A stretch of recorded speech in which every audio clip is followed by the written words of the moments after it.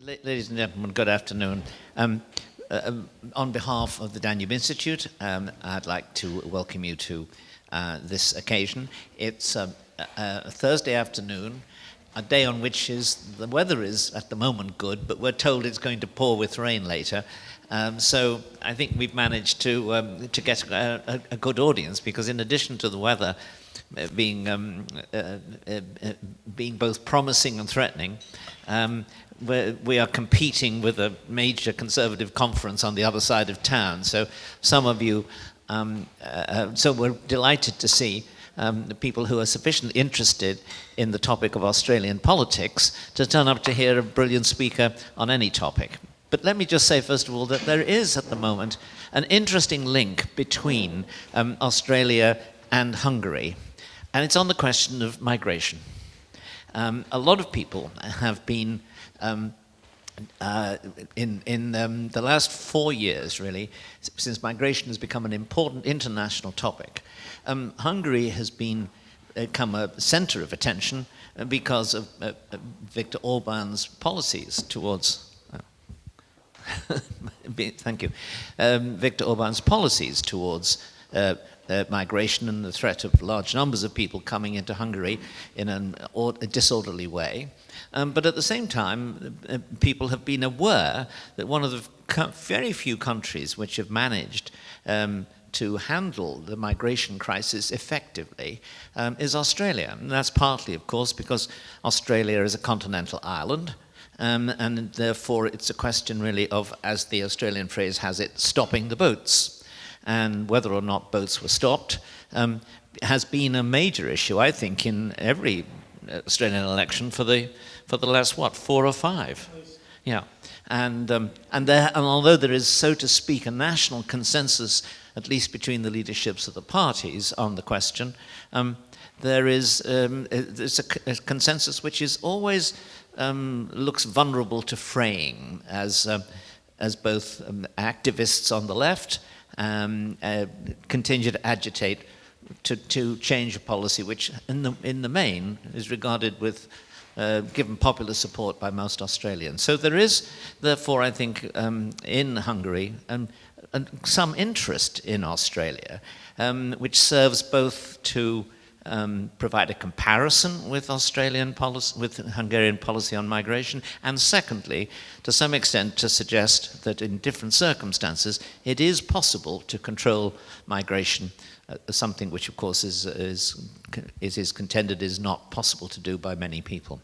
Now, that's only one topic in Australian politics. Another is China, the relations with China. And the third, of course, is how do we deal with the continuing problems of the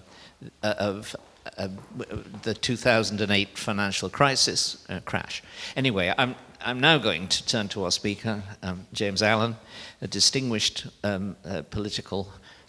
distinguished legal theorist, professor of law at Queensland University, who's held many similar posts in other parts, mainly of the English-speaking world. I think it's only the only English-speaking. Okay, so the English-speaking world, and in addition to that, he's a very active political writer, particularly in the Australian version of the magazine The Spectator, where he has been, in a sense, waging a war for common sense in politics in a general sense, but also within the Liberal Party, which is the Australian version of a Conservative Party, within the Liberal Party for the policies associated with Tony Abbott, the Prime Minister who was ousted. So he's both a brilliant commentator on Australian politics, but also an active participant in the sense that his interventions are actually political acts as well as intellectual ones. So, James, I'm not going to say any more, simply to invite you to talk to us. Yes, and if you could use that microphone. Well, thank you very much, John. That was very kind. My dad would have loved to have been here to hear that introduction. My mum would have believed it.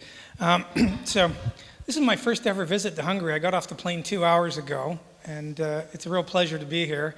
I'm looking forward to coming back.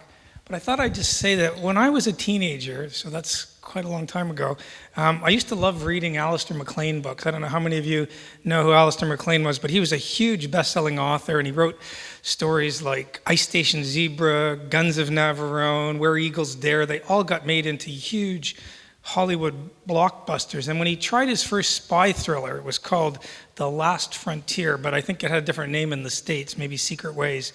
And it was set in communist Hungary. And so that's just barely half a century ago, a little more than half a century ago. And Alistair MacLean's protagonist was this British secret agent. And he gets sent on a wintertime mission inside Hungary. It's at the height of the Cold War. And his job is to rescue this British scientist who's been held by the communist government against his will. And MacLean paints this picture of a cruel and highly efficient Hungarian secret police. And the British agent is helped by this heroic underground, this Hungarian underground is led by this mysterious person called Jansky and his friend the Count. And there's all sorts of twists and turns and betrayals. It's the typical Alistair MacLean. But for this teenage Canadian, what stayed with me was the awfulness of life under the communists. And of course, many of you will know that a lot better than I do. So I just wanted to thank you for coming and for tonight's invitation, for the chance to get to speak at this vibrant, successful, democratic country. Right. It's also a pleasure to be here with sensible people. I'm reminded of this story. You have to imagine this conservative voter. I was going to call him John, but let's call her Melissa. And Melissa stumbles on this genie. And the genie says to Melissa, Melissa says to the genie, do I get 3 wishes? And the genie says, yes, you do get 3 wishes, but there is a catch, because whatever you ask for, every left-wing voter in the United States and Britain will get double. Now, do you still like to take your 3 wishes? And Melissa says, oh yeah, I'd really like to do that. So what's your first wish? And Melissa says, I'd like $1 million. And the genie blinks her eyes, and she says, well, you've got $1 million, but now every Corbyn voter in Britain and every Hillary Clinton voter in the United States has $2 million. Do you have a second wish? Melissa thinks, and she says, I'd like an upmarket German sports car. So the genie blinks, and of course, every hard left voter in England and the US now have 2 German sports cars. So the genie looks at Melissa, and the genie says, what's your third wish? Melissa says, well, I've been carefully thinking about this, and I've always wanted to donate a kidney. Okay, so there you go. All right, it's a slow release. Okay, so my job tonight is to give you an overview of Australia's political scene, maybe with a bit of context with other English-speaking democracies. Let me give the context preemptively by just reminding you all that in his very short tenure so far, Donald Trump has pulled out of the Paris Accords for global warming. He's moved the U.S. Embassy to Jerusalem. He's killed the Iran deal. He is appointing interpretively conservative judges right down the line. He's brought in a big, almost massive tax cuts. Now, is there anyone who believes that any mainstream Republican politician, whoever that would have been in the alternative, would have pulled out of the Paris Accords? Moved the embassy to Jerusalem, killed the Iran deal. I can sort of imagine a Ted Cruz or a Scott Walker maybe doing one of those, maybe. But I just can't believe anyone other than Trump would have done all 3. And by the way, all 3 were campaign promises. So maybe there's a longer list of Republicans who would have delivered on those, but I just don't know. So my point is that Trump is a disruptor. And let me lay my cards on the table. I'm one of the few academic, well, I'm probably the only one who not only wanted Trump, I wrote in print that he was going to win, which was stupid really, but it worked out. And I predicted Brexit. So I'm in a odd position as a law professor. I noticed that recently Trump's press coverage has been rated by Pew or somebody to be 91% negative. In law schools in the English-speaking world, it would be at least 98% negative, probably more than that. But if you happen to think the political class has become pusillanimous and too self-serving, it might be that what you need is a good dose of disruption. And so what you really need is a man who's had more wives than every other U.S. president put together. Sorry, more ex-wives than every other U.S. president put together, and then doubled. That's Trump. But at any rate, here's my larger point. In the Westminster world, so when you think of a parliamentary system like Australia or Canada or New Zealand or the UK, this sort of disruptive force, it's hard to imagine how he or she could get to the top of the political poll. So I don't mean that people wouldn't have voted for Trump in Australia or the UK or Canada, although they wouldn't have. But what I mean is that he couldn't ever have been in a position to run against the leader of the other main party, because the US presidential system, or today's version of it, gives you a primary system where, in effect, if you have enough money you're going to spend on yourself, you can run against the entire party hierarchy of the party you're running for. You can't do that in a Westminster system. I mean, unless you're imagining something where you start a new party. So I don't think that's possible. So that's a context for Australia. What you need is to bring at least half of your parliamentary colleagues with you. And this is going to come up when you see how many times in the last 8 years Australian parties have ditched their leaders. So if you're stuck with a lot of conservatives in name only, it's a lot harder to do something about it. So that brings me to Australia. So my wife and I moved from New Zealand to Australia in the beginning of 2005, at which time there was a prime minister named John Howard. He's probably the second best prime minister Australia's ever had. Australia federated in 1901, so it's a young country, but it happens to have the fifth oldest written constitution in the world, which is largely because most countries have very recent written constitutions. All right? There are very few countries that are old democracies, and there's very few countries with old written constitutions. Howard was an immensely successful prime minister. As I said, probably Australia's second greatest. At the time we got there in 2005, wait for it, Australia had no government debt. I mean zero, zilch, no debt at all. It's massively changed, believe me. So other than Hong Kong or the odd oil sheikdom, this is just unique. And Howard was a sort of gentlemanly conservative. He had some classical liberal inclinations. He was not so otherworldly that he wouldn't splash money around at times. Maybe he did that too much towards the end. By the time we get to 2007, he's been in office for over 11 years, and he's been in politics for decades. So in the 2007 election, the left-wing Labour Party runs on, believe it or not, their economic conservatism. They're not going to change anything. They're going to be as conservative as Howard economically, but they're going to have a heart.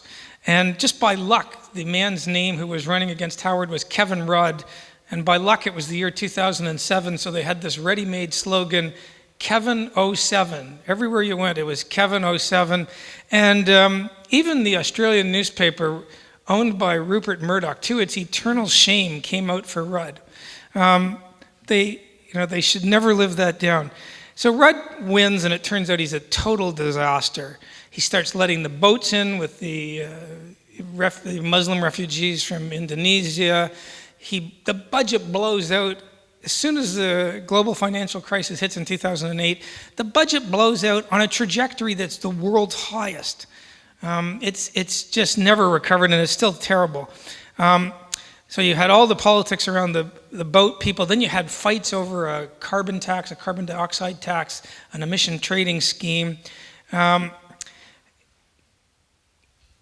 He only ever trailed in one poll, Rudd, but his own party axed him because in a parliamentary system like Australia, they don't have to take it to the voters or even the party membership.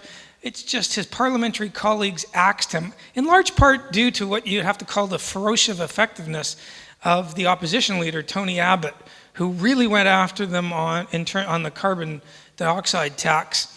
Abbott had replaced Malcolm Turnbull in a party vote, so he'd taken out Turnbull as opposition leader because Turnbull would not attack Labour on anything to do with global warming.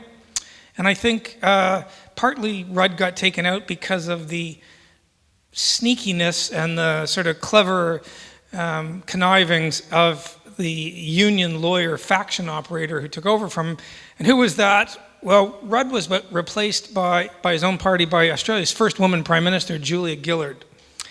Now, I think most Australians today would say that Rudd was one of the worst prime ministers Australia ever had, but Gillard was worse. You just can't imagine how bad Julia Gillard is. So bad, in fact, that she took a huge majority in the 2010 election against Abbott. And in Australia, basically, parties are never thrown out in one term. Right? So it's a 3-year term. It never happens. And she came within 1 seat of losing to Abbott. And she only won because there were 4 conservative independents who were sort of crazy rural socialist nominal conservatives who opted to go with the high-spending Labour Gillard people. So right after that election, Gillard went so far down in the polls that her own party, and believe me, they hated Kevin Rudd. The Labour MPs hated Rudd, but they went back to him because the prospect of going to an election with Gillard would have been decimation. And there's no doubt that Rudd saved a lot of seats, but he lost to Abbott. So if you're counting, that's 2 Australian prime ministers gone in about 3 years. Abbott was a Jesuit-educated, sort of social conservative Catholic prime minister. Catholics are about 23-24% of the Australian population. But that's the biggest group, unless you count Protestants as a whole, as opposed to the various sub-denominations. So now Abbott comes in, and the Australian budget trajectory is world's worst. It's awful.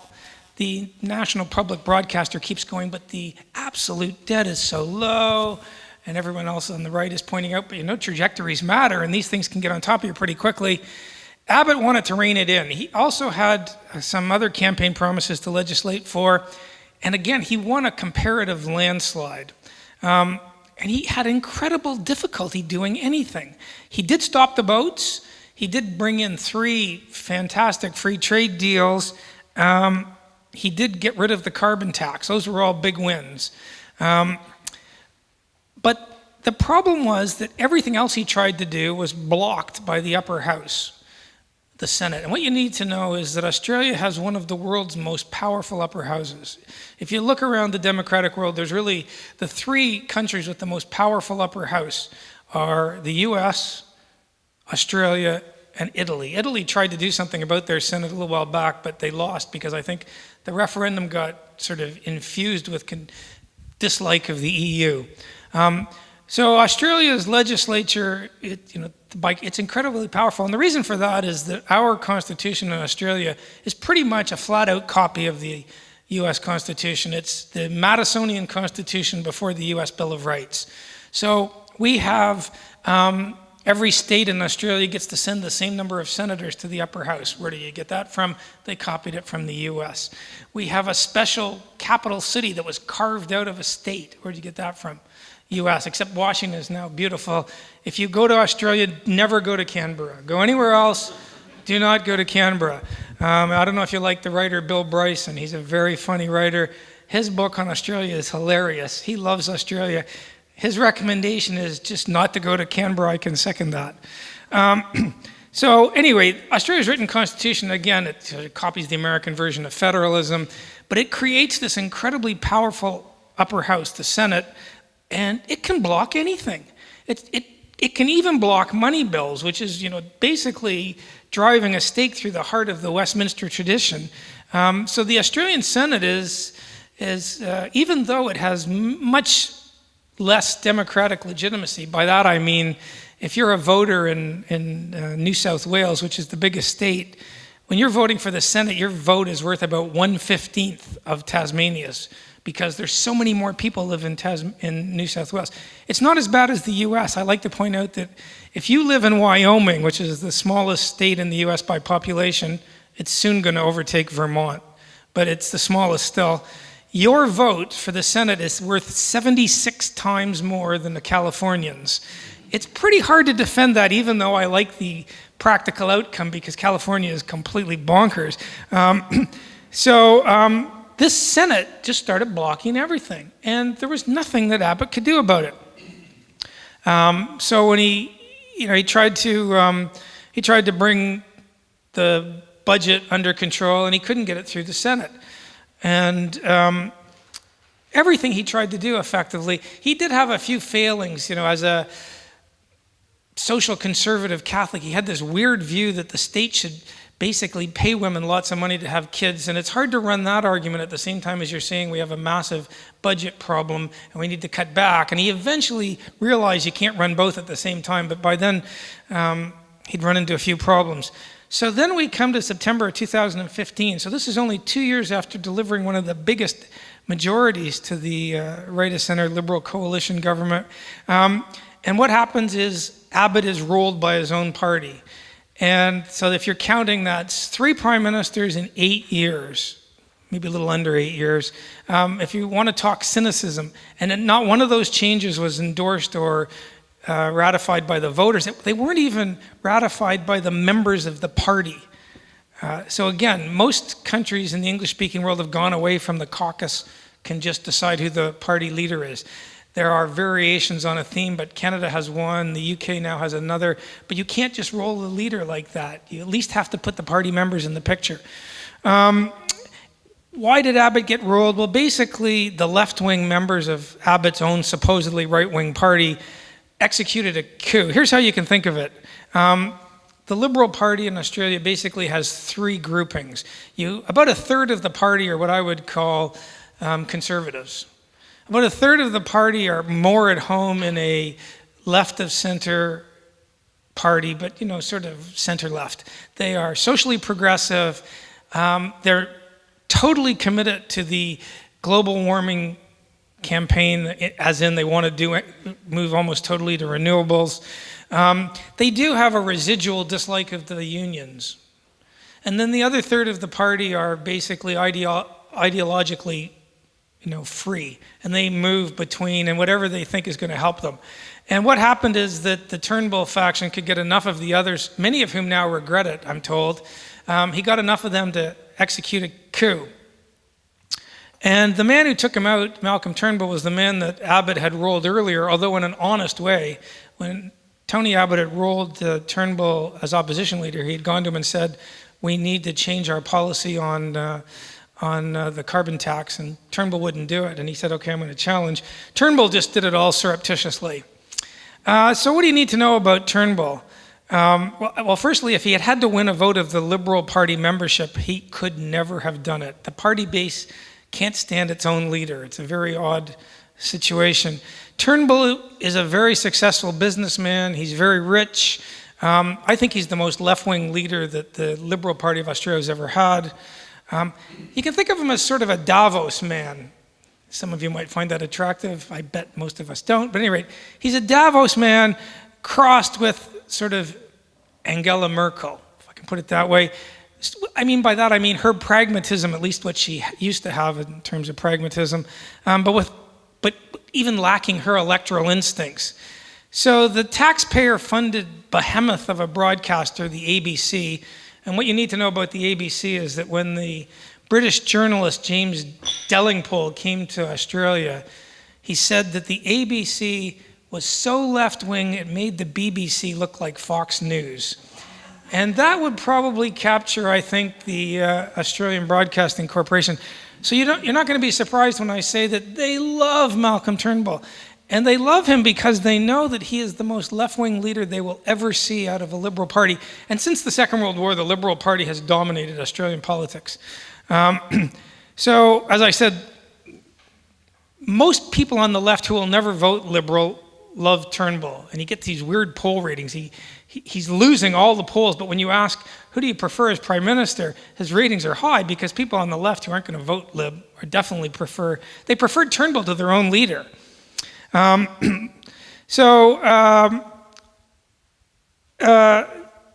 Turnbull had to do was get a few of the swing voters in the party to knife Abbott, which they did. And once in place, Turnbull had a weird sort of political strategy, which he implemented. His view was he's going to take the Liberal Party and he was going to move them to the left politically. He was going to shrink the political divide. So what he was going to do was just give up on trying to get anything conservative through the Senate. We'll just give up on that. And what he was basically, I think what his view was, he was just going to rely on his own charm. This was in fact, in the election that eventually they had to have, they didn't even call it the Liberal Party, they called it Team Turnbull. And he was going to rely on his business nous. If he'd called, and there's so many politicians who execute coups, and I don't understand why they don't get this, but had he called an election the day after the coup and said, I don't feel there's democratic legitimacy in what's happened, so I want to put it to the people, Turnbull would have won a massive majority, because people would have assumed he was still going to run some of the Abbott policies. And, he's rich and he's successful. He would have got some of the sort of Justin Trudeau vote. Justin Trudeau, where I'm from in Canada, he's basically stupid. I don't think he ever got beyond being a kindergarten teacher or a snowboard instructor, but he's really good looking. And he's got a very attractive wife and really nice looking kids. And he likes to dress up in Indian clothes when he's in India and do Bollywood dances. You can tell I'm a big fan of my Prime Minister in Canada. At any rate, Turnbull waited, he hesitated to pull the trigger, and he just kept getting more and more unpopular. Turned out he wasn't as charming as he thought he was. And he's a terrible politician.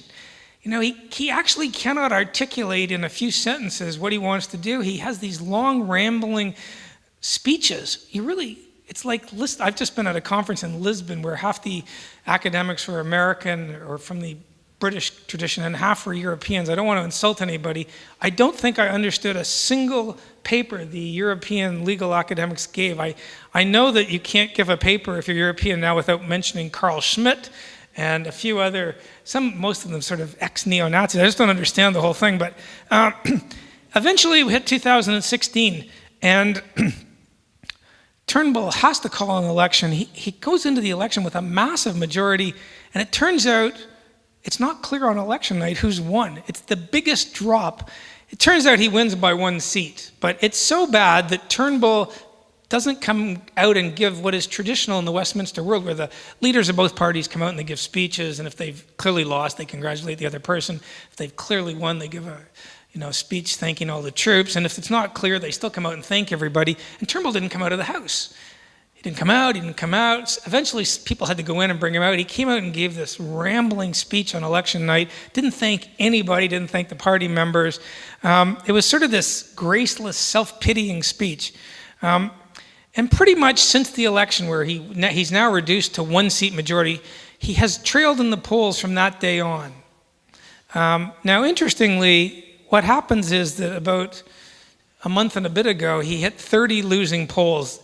They used to have them every 2 weeks, News Corp, but since News Corp was pretty positive about the Turnbull coup, they started commissioning the polls every 3 weeks because they were worried that Turnbull was going to hit 30 polls. And why that mattered is because the main reason Turnbull gave for knifing Abbott was that he'd lost 30 polls in a row and he wasn't going to win. Turnbull has now lost 32 polls in a row. That looks to keep rising. He's done everything. They just had a recent budget where he threw money around. He cannot get back ahead in the polls. And so the Liberal Party room right now is just like, they're like a deer in the headlights. So the caucus just doesn't know what to do. They know that if you have another political knifing without putting it to the voters, that would be 4. And that would be awful. On the other hand, I think they all know now that if they go to the next election with Turnbull, they're going to be slaughtered. So let me tell you that many longtime Liberal Party members, they hate Turnbull. In the 2016 election, they couldn't get volunteers to staff the campaign financing and the manning the electoral booths. The party volunteers just stopped. It was so bad with the fundraising that Turnbull had to write a check himself. He wouldn't say how much it was at the time. Turns out it was 1.7 million he put in just so they could run the campaign, because Liberal Party members won't give to the party. So basically, as I said, this party split into thirds. Now, let me just take a step back for a moment and give you a more faraway picture of the political scene in Australia. You can think of the two main parties, and Australia is one of only 2 countries in the world where the lower house has what I call preferential voting. The technical term is alternate transferable vote. So you don't go into the ballot booth and put an X beside your preferred person, and it's not a proportional voting system. It's a system where you rank the voters, and the bottom vote, the candidate who gets the fewest votes gets dropped off, and whoever voted for that person, you look at the second preferences of those people and you redistribute those. And you keep doing that until you get to 50% plus one. There's a real attraction to it in this sense. It delivers you majoritarian outcomes like Canada, like the EU. I think that's better. I don't like proportional voting. And each MP can stand up and say, over half the people in my electorate voted for me. That's the upside, and it's a big upside. And in fact, I used to think it was better than first past the post because of all those pluses. The downside is that it's exceptionally difficult it's even more difficult than with a first past the post system to do anything about a wayward political party. So if you're really annoyed with the Conservative Party in Canada, and this happened in 1988 with Brian Mulroney, he went from having, I'm not making these numbers up, about 152 members in the Canadian Parliament, and the electorate was so mad that he went down to 2. I'm not making that out of a parliament of 252 members or something like that. The Tories went down to 2. They have since recovered. But you can't do that with preferential voting, because if you vote for any other party, eventually you're going to have to preference Labour or Liberals, and it'll flow to one of those two. It's just going to happen. So your only choice, if you're a disgruntled Liberal voter, is to preference Labour. I've advocated doing that from the day Turnbull took over, but a lot of people just won't do it. And the problem is that if they won't do it, you're voting for Turnbull because of the voting system. So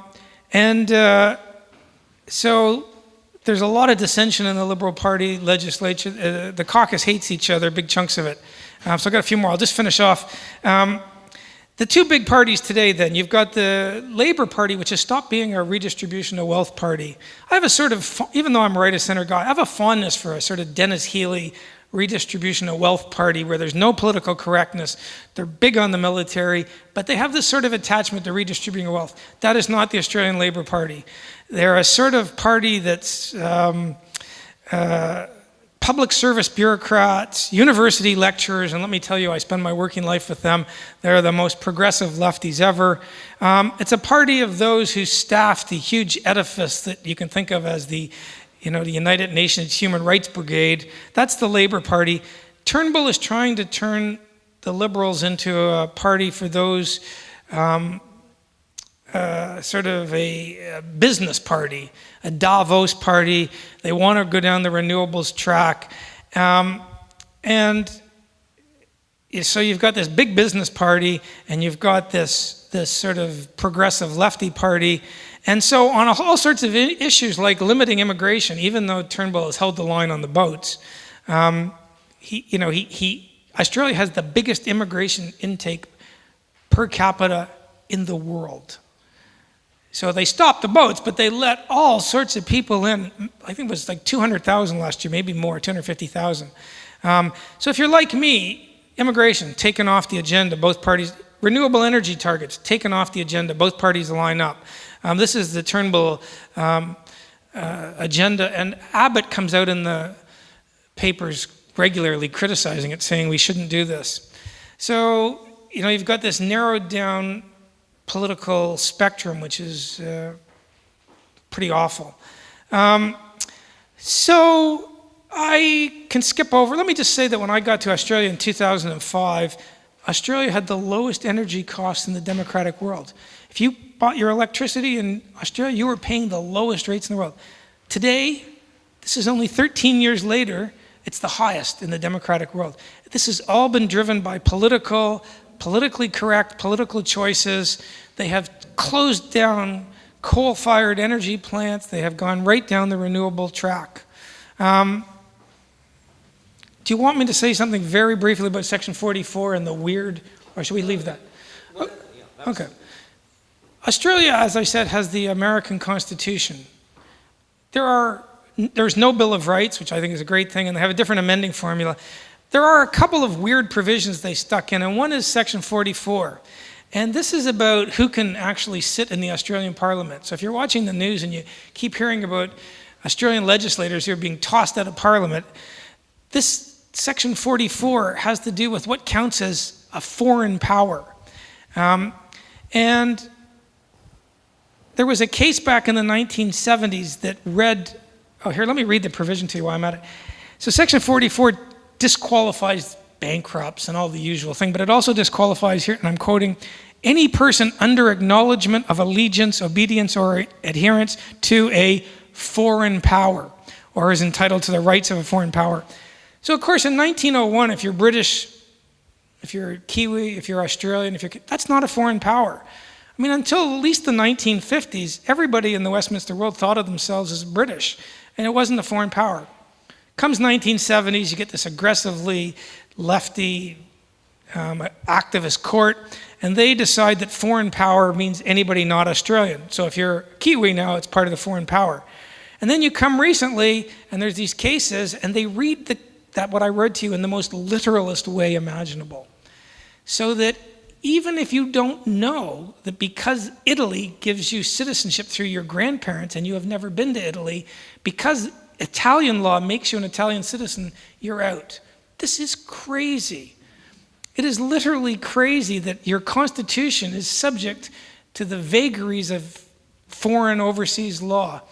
And the literalism is crazy. Now, I'm for interpretive conservatism, but what that means is you interpret the document in the light of what the authors intended. That is the only way you would read your wife's shopping list. You wouldn't read cherries to mean, it's a living document, my wife's spouse. So what I'm really going to do is I'm going to buy cherry brandy because that's more in keeping with my changing social values. Nobody would do that. And it's just as bad to be a blatant literalist. Think of it this way. If you and your wife went out and you said, you brought in a babysitter and you said to her, we're going out, play a game with the kids and put them to bed. And you come back and you said to the babysitter, how'd it go? And she goes, great. And you said, so did you play a game? Yes. What game did you play? And she says, I played Russian roulette. I happened to have a revolver. I took a bullet, I put it in, I spun it around. Good news is both your kids are alive. Now, if you complained and she said, well, look, I looked up game, and literally Russian roulette falls under the aegis of game, you would say there's something wrong. That's not what I intended. And what the High Court of Australia has done is they've delivered an equally stupid interpretation of this provision that disassociates it from any living person's intentions. There's 5 more, so they've knocked out all sorts of MPs. There's 5 more that have just been knocked out. If you're from the Senate, you're out for life pretty much, and they just go down the list to the next person in your party. If you're from the lower house, the more important house, you have a by-election, and the voters are so mad that whoever loses keeps getting reelected. But I'm not sure there's 5 more coming up, and that may not happen in these 5. And who knows how long this is going to go on. So I'm conscious time's up. I'm going to stop. Let me just say that there's an election coming up in the next, somewhere between now and mid to the first quarter of next year. Here's my take. If the Liberals go to the election with Turnbull, they will be slaughtered. The party base is so mad that people won't even donate. They won't help. If they change him, I think they'll win. I think they'll win because the Labour Party is terrible. But who knows? At any rate, questions? Well, Jim, thank you very much indeed. That is terrific. Thank you. And let me ask the first question. And it's this. On your last point, you were saying that that you thought if Turnbull were to resign or be ousted and a new leader were appointed, the Liberals could win the election. At the moment, the odds are that under Turnbull they would lose. Now, my question is, who would be the likely replacement? Would Abbott have a chance to return? And if not Abbott, who in the party? So if Abbott came back, what would happen is he'd run an election on immigration, he would run an election on the renewables energy target and just getting rid of it all and having a coal-fired plant. It would be a very brutal election. He's good at that. The ABC would go into top gear and attacking him. And that's the sort of election he won a massive majority on. I think it would happen, the sort of, how can you talk about this? These sort of doctors' wives who tend to like to virtue signal, which might be unfair to doctors' wives, but the middle class sort of people who are doing very well and they like to feel that they're superior moral beings would shy away from Abbott, but he'd win enough other ones. The caucus will have a hard time putting him in because the 54 of them took him out. Now, of those 54, a lot of them have lost and have been pre-selected out, and I think they're down to about 40. Just about everyone thinks that if Turnbull gets slaughtered, the person they'll put in to lead the party in opposition will be Abbott. But it's a lot harder to do that while they're in government. There's probably the best shot right now is Dutton. Peter Dutton is an ex-policeman from the north of Queensland, no fancy education. Here's the thing. People are now realizing that you can actually run against the media. This is thanks to Donald Trump. They realize that you can run against the media if you are prepared to say, the media is so incredibly biased that they will never give us a fair deal on the right side of politics.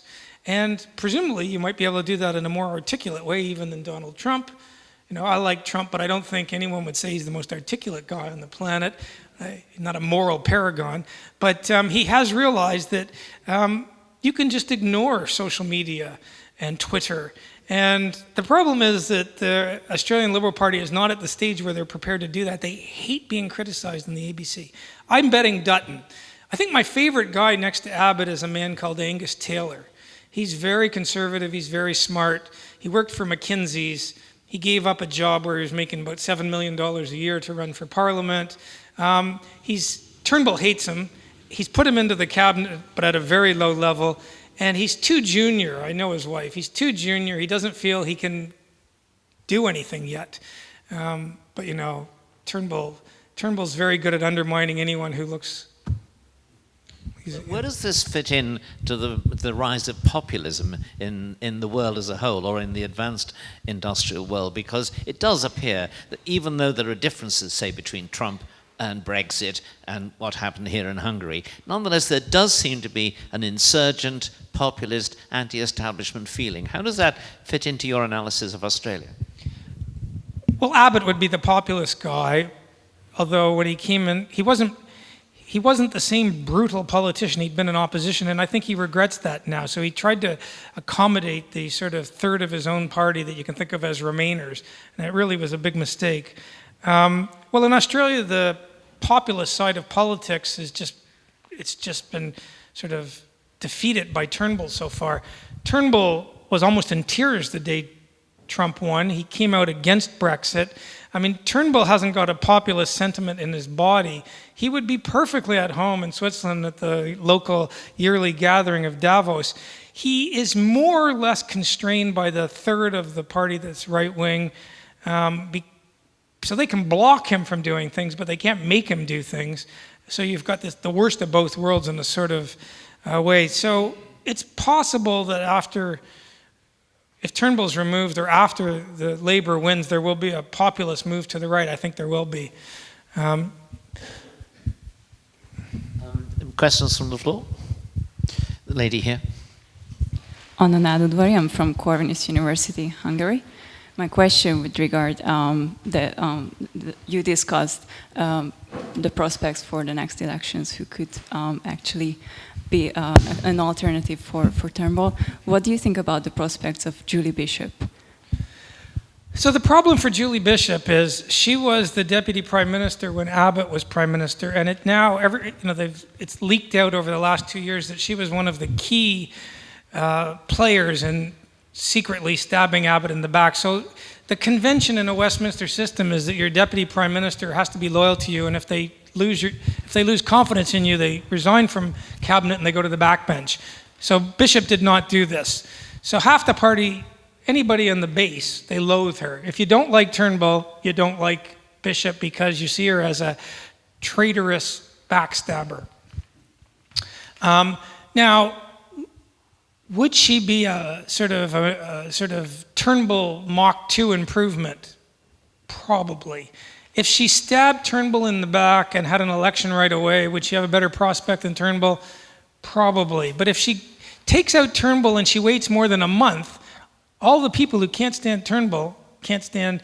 But I mean, her basic core worldview is the same as Turnbull. She was in, she came out almost in tears when Trump won. She didn't like Brexit. She doesn't want to stop any immigration. So she is a sort of more more sophisticated, possibly a better retail politician, but I'm not sure about that.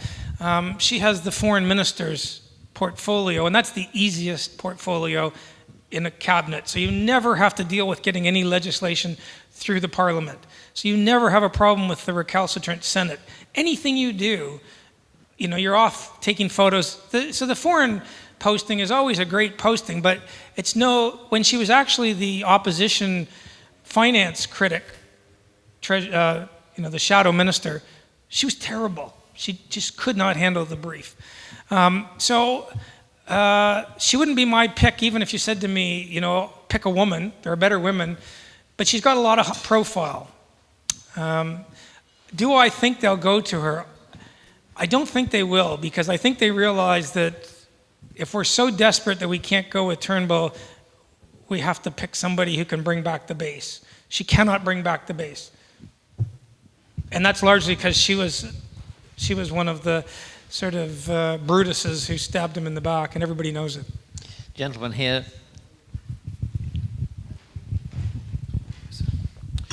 My name is Adam Chenger. I'm from the Palasatin Innovation and Geopolitical Foundation. I'd like to ask, why doesn't Parliament change Section 44 of the Constitution? Because it's part of the Constitution. And so you can't change the Constitution by passing an act, not that if it just required a statute or an act of Parliament, that would happen immediately. So to change the Australian Constitution, here's where it's an improvement on the American Constitution. To change the American Constitution, which Australia copied, you need both houses of Congress, and then you need 3/4 of the state legislatures. Australia looked at that in 1900 and said, we're not doing that. We're going to we have a Swiss amending formula. So in Australia, to change the Constitution, and politicians hate this, but you actually have to ask voters. If Australia had a Canadian or American style amending formula where you only ask politicians, we would be a republic today. There's just no doubt. But because they had to ask Australians, the referendum on changing to a republic was slaughtered. It lost in every state. It even lost in Victoria, which is like the People's Republic of Victoria. So to change the Australian Constitution, it's a very democratic amending formula. Obviously you have to make it harder than just a regular bill. You need to change the Australian Constitution. Here's what you have to do. You have to get 50% plus one of Australians to say they want change, plus 50% plus one in over half the states. It's not really hard. The problem is, it's a very good constitution. And so there have been 44 referenda to change the constitution, only 8 have won. Of the 36 failures, I think all but 4 or 5, you couldn't get half of your countrymen to agree with you. Now the left hates the idea of asking people. And they go, Australia's got the hardest constitution to change. Procedurally, it's the easiest. All you're asking people to do is to pass a referendum. But the problem is, every time they ask, almost 3/4 of the time they ask, people say no. Here's one explanation for that. The voters are really stupid, and this is really awful, and it's hard. Or here's another explanation. The voters got it right. And when I look at the 44 referenda, I would have gone with the voters about 98% of the time. The referenda basically, I think, got it right. And so the problem with trying to change it now is the political class is hated in Australia. And what you would be saying is, let's change the rules. For whose benefit? The political class. I think Section 44, as interpreted by the judges, is basically retarded. I'm not sure when I got in the ballot box, in the booth, I wouldn't vote against the provision just to put it to the politicians. And I guarantee you, if they tried to change it right now, it would lose. It would be a sort of FU thing by the voters. And so they know they can't change it. And so they're stuck. But, maybe in 10 years when it calms down a bit, because it is really, as interpreted, one of the most ridiculous results you can imagine.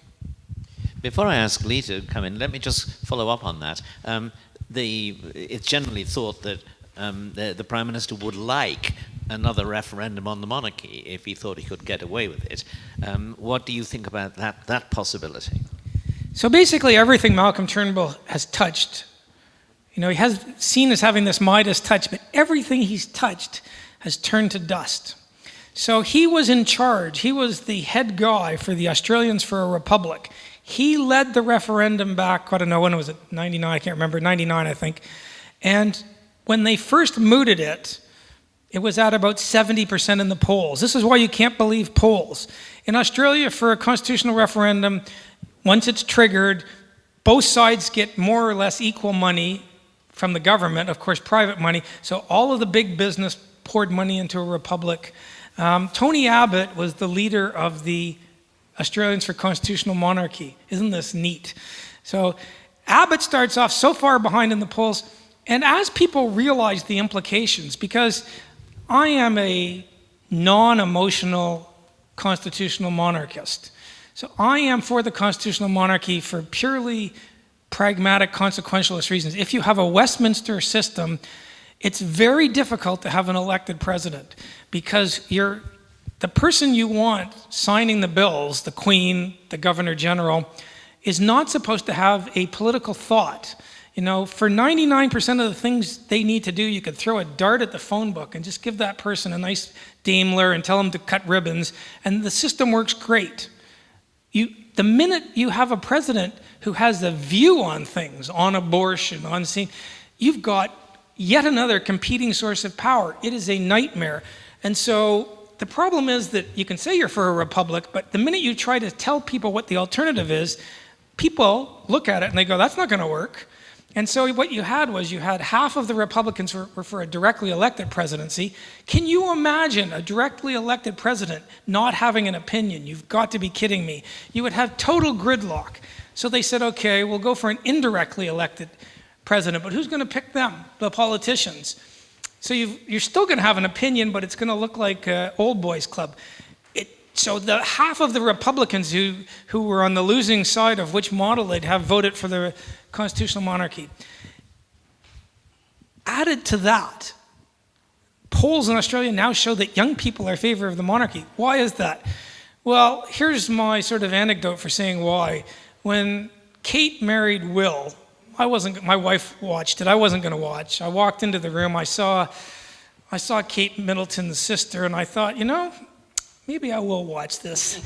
I have a sense that I could spend the next 2 hours very profitably watching this.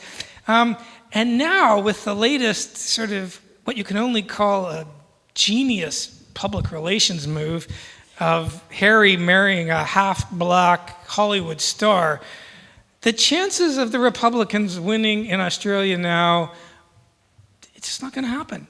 And so even Turnbull, who basically can't get any political decision right ever, he's not pushing it. The Labour Party says they'll do it. They'll lose.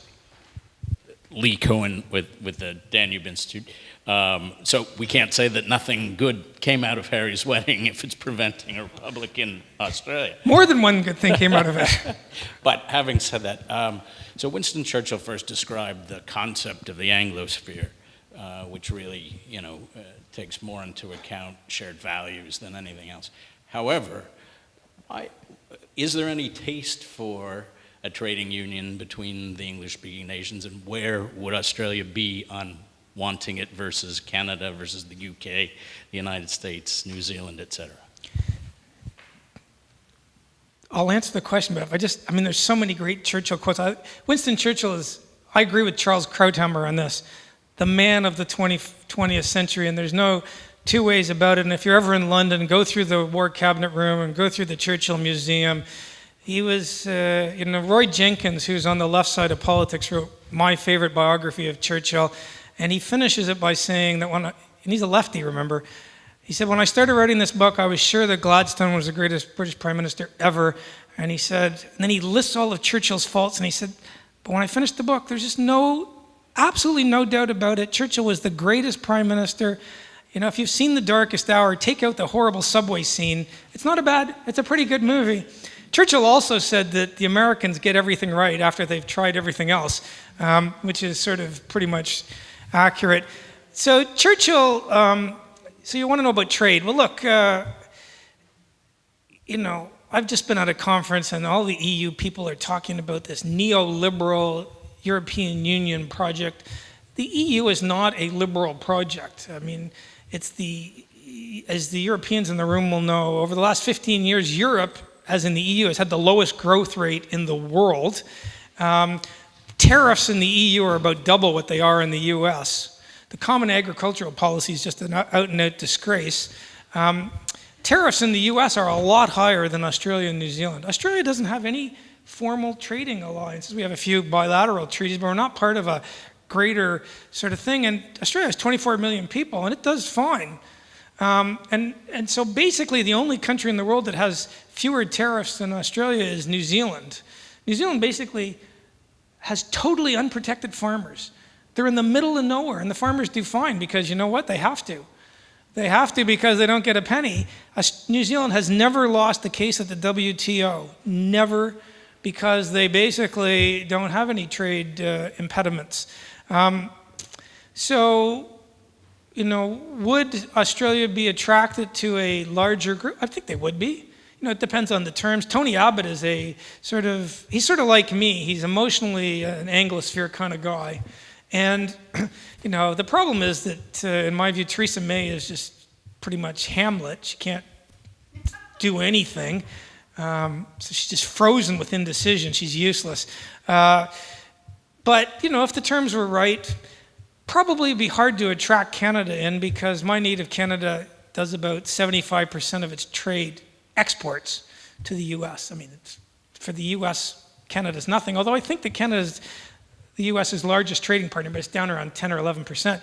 For Canada, trade with the U.S. is everything, which is why Justin Trudeau is not mocking Trump anymore the way he did the first little while. He's realized that probably not the greatest idea.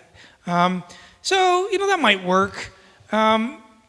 Personally, I think that if you just go down the WTO route, which is, you know, everyone has to give MFN deal. So even if England, the UK left tomorrow, they still get MFN, most favored nation status with the EU, and then they can start making their own deals. I would personally also be vindictive, and if the EU did anything to me, I would just say, we're going to bring in tariffs on German cars and French wine. Only German cars and French wine. But, you know, May's not even capable of that. So New Zealand would jump on board in a second. Australia would jump on board. But that's only 28 million people. Canada would probably do it because they're signing deals with everybody. But again, what you have to remember when you talk about the Anglosphere is if you take Canada, Australia, New Zealand, and the UK, that's not even a third of the American population. It is about 100 million people, though. Yeah. But I was going to ask you just a very quick point on that reply. You might want to describe the degree to which the New Zealand situation you described is a complete and very rapid reversal from what had happened, what it was before. It used to be the most cosseted and protected economy in the world, didn't it? So basically, when the UK went into what was then just an economic community, it created havoc in New Zealand. I lived there for 11 years. And so the 70s were a time of havoc. And New Zealand had been basically a democratic East Germany. They had the most regulated economy ever. And this worked because the farmers were efficient, nobody else was efficient, and they sold lamb to New Zealand. When we got there in 1993, there was about 3 million people and 90 million sheep. And, you know, a son and his dad on a huge hill station would be running untold numbers of sheep. As soon as they got cut out of the British market, I mean, it just created havoc in New Zealand. And it was a left-of-center Labour government that brought in the most market reforms anyone's ever seen. It was under Roger Douglas, and it wasn't a right-of-center party because they had to. Now, of course, they didn't start with any reforms to do with the labor market. They started off with the tariffs. They could afford to go after the farmers because the farmers didn't vote for them. And then when the right-of-center National Party came in, they extended it to labor relations. And New Zealand today, in terms of economic freedom, I don't know how much people buy into things like the Fraser Institute rankings or any of the other ones. New Zealand's always in the top 5. You usually get Hong Kong, Singapore, and then, you know, pick. By the way, New Zealand scores much higher than the US in economic freedom. So does Australia.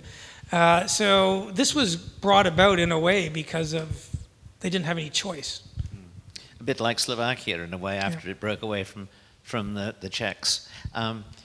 Yes, the gentleman here and then the gentleman behind. Thank you. My name is George Tuck. I'm a PhD student from the... I think the problem with the questions is that John and I just naturally look to the right. But were we occasionally to lean left? It's totally understandable why this is happening.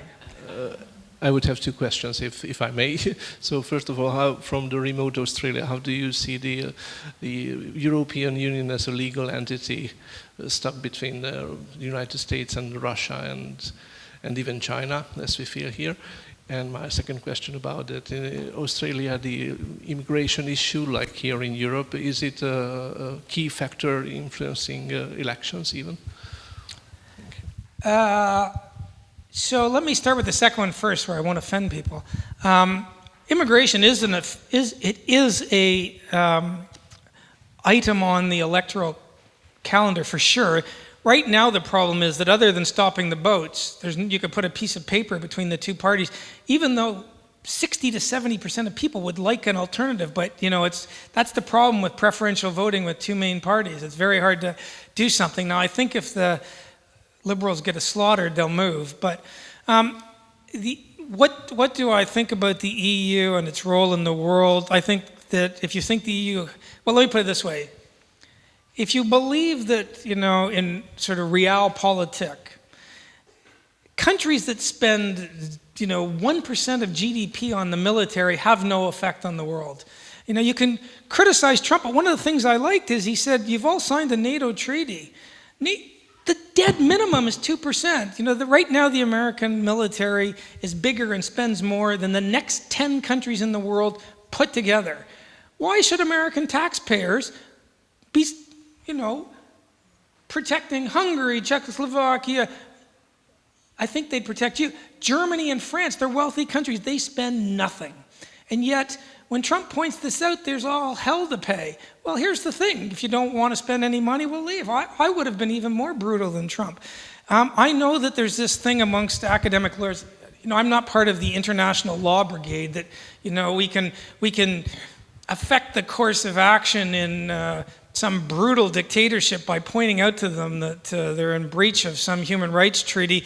There's a judge on the Australian High Court, Michael Kirby, who wrote a sort of stinging letter to the North Korean leader, Mr. Kim. It reminded me of P.G. Wodehouse, where, when things get really bad, you write a letter to the Times, because there's no greater form of, and this was about 8 years ago, and I mocked him. And what has happened in North Korea? You can't imagine him picking up his letter and reading, Mr. Kim, that, I'm in breach of a human, really?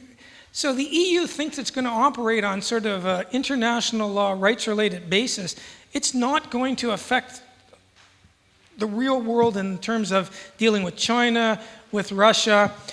Mr. Putin's not Mr. Kim by any means. And in fact, I have more sympathy for Russia than some people, in the sense that it was a democratically elected country in the Ukraine that the West that the West took out. So I have a little bit of sympathy that, if you don't like a democratically elected government, too bad.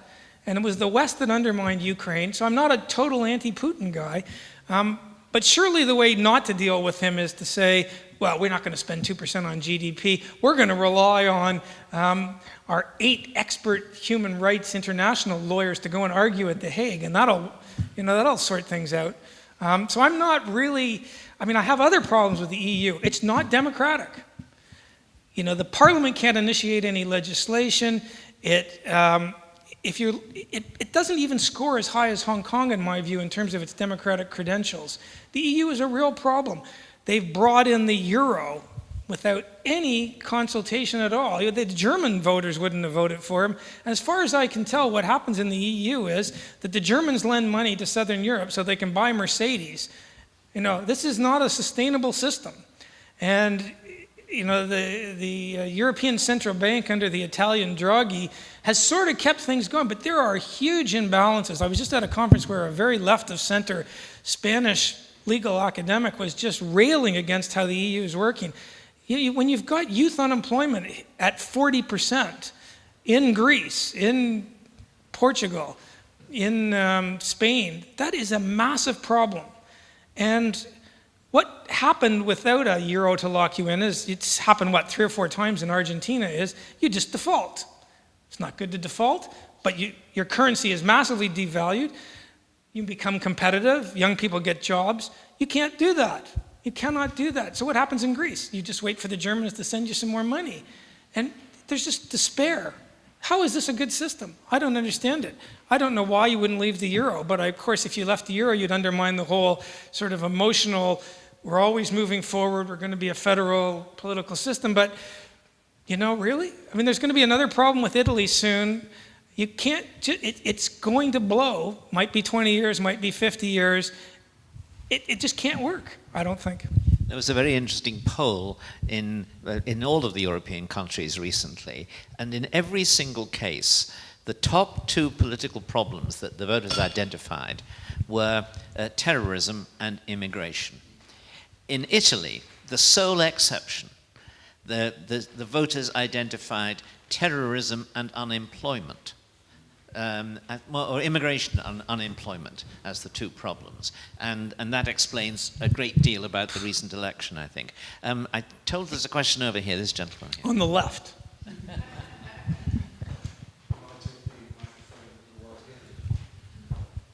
Thank you. So my name's Patrick O'Connell, and I'm from Brisbane. Are you? Yes, I am. Yeah, yes. there we go. I went to the same school as Kevin Rudd, in fact. Sorry for your trouble. Yeah. So anyway, what I wanted to ask you about was Clive Hamilton's book, The Silent Invasion, because you haven't really discussed Australia's relationship with China. So for those of you who don't know, Clive Hamilton has written a book, and he couldn't get it published because it was basically saying that Chinese influence is becoming too great and it's being overwhelmed. And he finally found a publisher, but not before lamenting how undemocratic it is. He is right in that sense. On the other hand, Clive Hamilton is also a global warming scaremonger who was perfectly happy himself to silence anybody who said that this is not that big a problem. So, I think the word for that is hypocrisy, which is what's the expression? That's the compliment that vice pays to virtue or something.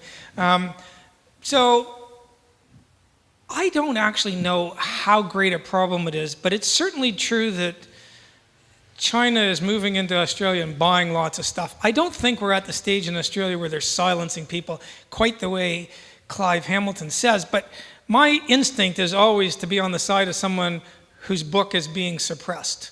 So you ought to be able to say it, and if there's any problem with it, I haven't read any reviews and I haven't read the book, but the reviews will come out soon. My guess is he's overstating it a bit, but that's what you do when you're trying to sell a book, probably. I know people are already pointing out that he's a bit of a hypocrite. Not that that doesn't make you right the second time and wrong the first time. Is that the part of his book you were getting at? Yeah, so as I said, it was an ad hominem argument. Sure, I meant it as a second order argument. The first order argument is I think he should get the book published, and I agree with him, it's terrible that they were trying to suppress the book. In passing, I would also note that it's nothing that he hasn't done to lots of other people trying to suppress them. No, I quite agree. I just think it's very interesting that it had to be published by the Australian Parliament. In the end, no Australian mainstream publisher, even though several... There were a few conservative publishers that would have published it, but they're small, and he wanted bigger. Yeah, but he could have got Connor Court, I know that for a fact, because I know the guy who runs it. He's the guy who published the worldwide bestseller, the geologist, Ian Plimer's book on the geological record, showing that, according to this geologist, that the global warming predictions just are way too high. Okay, but what I'm really asking you is the Chinese influence in Australia and Australia's dependency on trade with China and the extent to which now China is beginning to look like it'll use that against Australia. I mean, these are pretty big issues facing Australia because prosperity in Australia is pretty much underpinned by the resource business selling resources to China. True, but Canada's a resource economy and it doesn't sell nearly as much. Would there be a shock to the system? Yes, there would be. The same kind of shock you'd get if China goes into some sort of recession. But most things have a market somewhere else, so the price is going to go down. So Australia it's a commodities economy, mining. Agriculture, I think, is second or third. Timber, believe it or not, is up there. You go, tourism, I think, might be the first one you hit that would look anything like a non-commodity economy. But I don't think Australia is any more commodity reliant than Canada.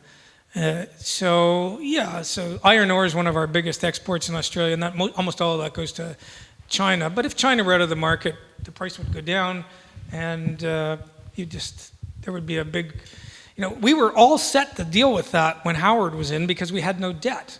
The problem now is that the debt is on a horrible trajectory. Since the Liberals came into office in 2013, they have increased the debt more than Labor did because they inherited a horrible trajectory, and all they have been able to do is to lower the rate of increase of the increasing debt because they won't cut spending, and that's the only way to deal with it. Hi, my name's Julius. I'm not representing anybody, but I am an Australian, a lefty Australian. Yeah, there we go. Actually, I work with them. I got some friends. Yeah, Believe it or not. yeah. That's right. Look, you're going to win the next election. Well, maybe not. Either way, you will if Turnbull runs. But I just want to come back to the sort of the original premise of the of today's talk, which is a political crisis in Australia.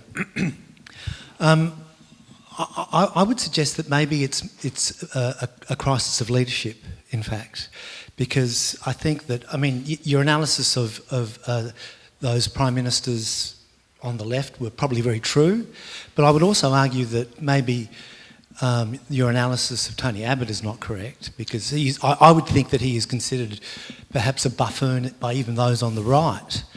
Well, not by people on the right, by people in his own party. I agree with that. That's right.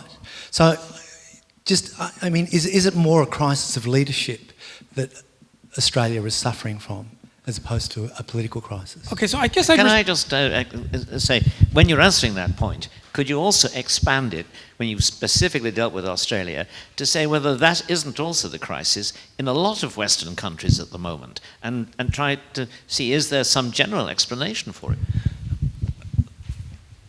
Partly I want to agree with you, but let me just say this. When Rudd and Gillard, the Labour prime ministers, were in office, the Senate blocked nothing, because all they did was go to the Senate and say, we want to spend more money, we want to have new programs. There wasn't a single thing the Senate blocked. When the Conservatives came in, literally could not get anything through the Senate. Now, you can call both of those a crisis of leadership, but they're a little different structurally in the sense that you have to have the institutional structure is against you if your goal is to cut spending or to have conservative policies. Do I think that Abbott went about it the right way? I do not. I'm a fighter. I like Trump. I think what Abbott should have done is he should have gone in the minute it was clear the Senate wasn't going to play ball, even though he clearly had an electoral mandate, at least on some of these things. On some of them, the Labour Party said they were going to do it, and they changed after. What I think Abbott should have done is, they have this provision in the Australian Constitution where if the Senate keeps blocking bills, you can have a double dissolution election that blows everything out. It hardly ever used. Turnbull used it for the 2016 election on one thing, but what Abbott, I think, should have done is he should have just put everything he wanted to the Senate. 60 things, 60 different bills, everything. And then you have one election on everything. It's sort of like, an atomic nuclear war election. I think he would have won it. It's a risk. But I think it's harder to be a leader when you can't pass any laws. You just can't. Now, when I say you can't pass any laws, you can't pass any laws that you want to pass, even though you won the election on them. That's very difficult to deal with. Turnbull hasn't even tried. Turnbull's response is just not to pass anything. His response is to run a left-of-center government. So he is increasing spending more than Labour. This is what Kevin Rudd keeps saying in the press, and he's right. Of course, one way to deal with the Senate is just to pretend you're a Labour government, but that's. So I agree with you that there's a leadership problem. I think that structurally it's much more difficult in Australia than it would be in Canada or New Zealand. In Canada, there's an appointed upper house. It doesn't block anything. In Britain, there's a hereditary appointed upper house. They don't block anything. In the year 2018, a bunch of people who are appointed. So in Canada, it became a country about 30 years before Australia. And so it still in 1867 looked okay to have a wholly appointed upper house.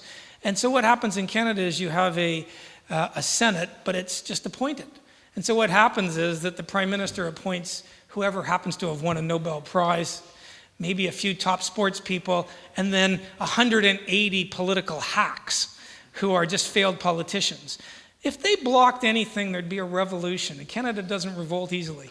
So basically, if you're, Mr. Trudeau or you're Mr. Harper, whatever you want to enact, you enact.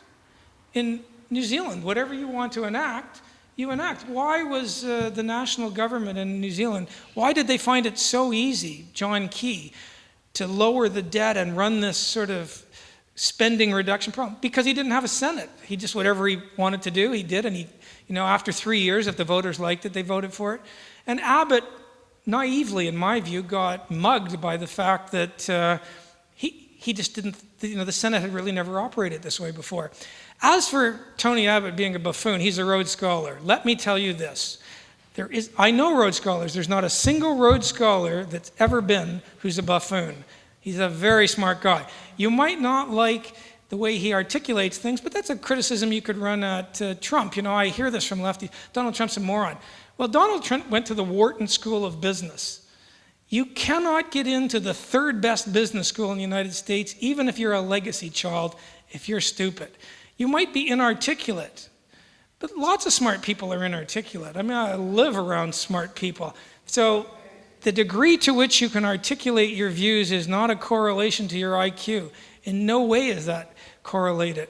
Now, if you wanted to tell me that Justin Trudeau, who doesn't have a university degree and never did anything other than be a snowboard instructor, has, a sort of below average level of I would buy that. I'm not actually convinced that intelligence correlates with being a good leader, by the way. I think there are some really good leaders on both sides of politics who, if you sat them down and did vector calculus with them, I did a math degree, I don't really know that correlates with being a good leader. Maybe it does, I doubt it. So I don't know that intelligence or how articulate you are. Now, Reagan was a great president. He also was articulate. But I don't know that his raw IQ was that high, but who cares? I mean, that's not the test. One of the things is having a political sense, and one is having a set of core values that you stick with even when other people tell you you're wrong. Or at least until people you really trust start telling you to change your mind. You have a core commitment to these and you follow through on them. Because otherwise, you can't take the voters with you. I mean, leadership is saying to people, I know that you enjoy all the money we're splashing out on you, but if you want your kids ever to have a job, we have to stop the spending. Because voters aren't going to like austerity on their own. You have to convince them of austerity. And everyone goes, it's impossible. It's not impossible. A left-wing government did it in Canada. After, Chrétien cut spending in Canada, they cut it big. And in New Zealand, it's happened on the left. And it's happened on the right in Australia. It doesn't happen by magic. You have to go as a politician and convince people. And, you have to spend political capital. So in a sense, there's a crisis in leadership, but partly it's because so many politicians in the Westminster system these days are career politicians. They go to university where they're the member of the Labour Party or the young Liberal, young Labour. Then they get a job with a politician. Then they go and spend 2 or 3 years as a labor union lawyer or as working for the IPA or some think tank on the right, and they've never had a job and they've never had any, and then they go and they get in as a minister's aide and then they get elected to parliament. These people wouldn't have a principle if their life depended on it. They wouldn't endanger their job for anything. Churchill was prepared to lose elections on his beliefs. So for me, a politician is someone who thinks there's at least a few things more important than his pension and getting reelected. And that is in sad sort of absence. I don't really see it. That's a problem on both sides of politics. Well, I think, yes, Melissa. I'm dying to know what you think about Downer and his involvement in Spygate. Well, for those who don't know, Alexander Downer was a fourth or third generation Australian politician. So he's like a form of sort of political royalty in Australia. And for those of you who don't know, his daughter just got pre-selected to a safe seat in South Australia. So the political royalty of the Downer family continues. I like his daughter more than him. He was a pretty good foreign minister, Alexander Downer. He was a bad leader. He led the Libs the coalition to an election and lost.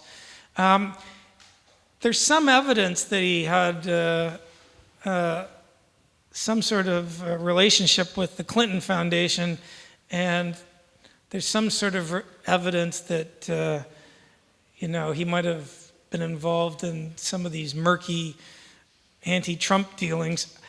I don't know enough. I know that something terrible has gone on with the FBI. I've read enough on that, and there's no way a FISA court sort of proceeding should operate like that. That's a disgrace. And firing Comey was clearly the right thing to do.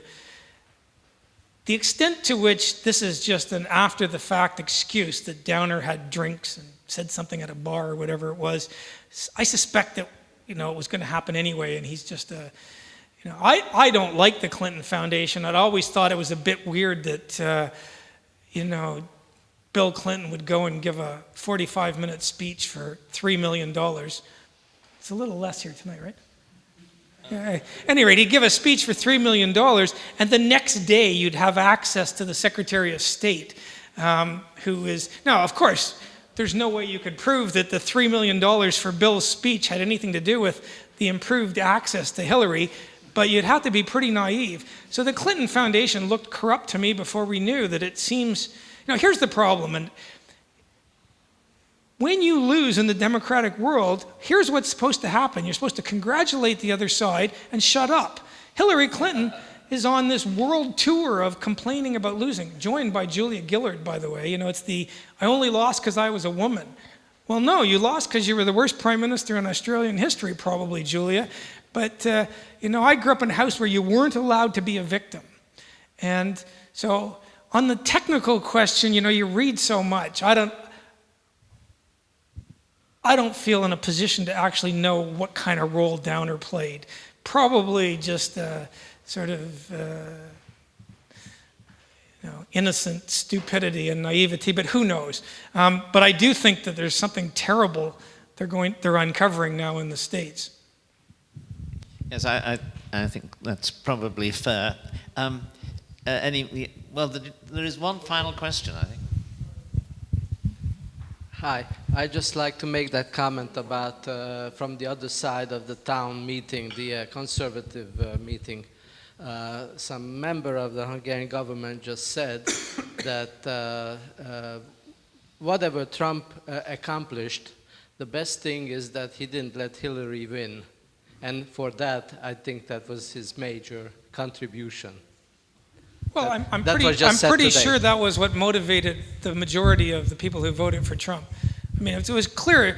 I don't think anybody knew going in that Trump would adhere to this conservative agenda the way he has. I think there was a lot of doubts, and I think why most people who did vote for him did because they thought that Clinton was worse. I don't know that there were that many people who were committed to Trump because they thought he'd... Now, in retrospect, you look and you think, he's done from the right of play, he's done a remarkable job. He's going down the list in a way that no other right of center politician is. That's why he's infuriating, by the way, the press. I work in universities in the US, academics are at least 95% Democrat voting. In some disciplines like sociology, it's virtually 100. And it's the same with the press. There's a problem. Yes, let me just come in. I think we are now moving to the stage of closing the meeting, but the conversation will continue. But let me just add one thing. The question of the articulacy of Trump came up. It seems to me that he's not exactly inarticulate. He's not articulate in the same Ivy League law professor way as Obama was. But that doesn't appeal to a lot of people. And when quite a lot of people we now call Trump voters, blue-collar workers, I think probably not only whites, but other ones as well, when they saw Trump, they were looking at a billionaire, well, a millionaire certainly, and a man who's been wealthy for all his life. But they were not hearing that from him, it seemed to me. They were hearing somebody who was articulate in their way and who, in some sense, represented they saw a picture of themselves in his words, and secondly, they saw what they didn't like in the reactions to him from the political class and from others. And I do think that's, the notion of articulacy has to be defined, in relation to whatever the topic or the people are. Look, this has been a fiesta of entertainment intellectually and politically, and I'm delighted we've got, obviously, there were more Australians in Budapest than I'd realized, and 2 of them came here. Maybe there are more than 2. And they've greatly added to the debate as well by disagreeing with our speaker, and also or by, in a sense, taking a somewhat different point of view. I think, Jim, we've really had a good time today, and thank you very much indeed. And we look forward to your coming back on some other occasion. And you have, in fact, spoken at one of our conferences before by your broken wrist, yes. Jim was going to come about a year ago. He fell off a ladder, broke his wrist, and he delivered his paper by Skype. Fell off a ladder, changing a light bulb. My daughter, who was about to head off to Cambridge, I'm in agony with a limp wrist, and she goes, well, I guess that goes some way to answering that age-old question. If I'd been able to use my hand, I think I would have throttled her, but it was just an agony. And I think at that point, I want to thank you, and we close the proceedings. Thank you very much.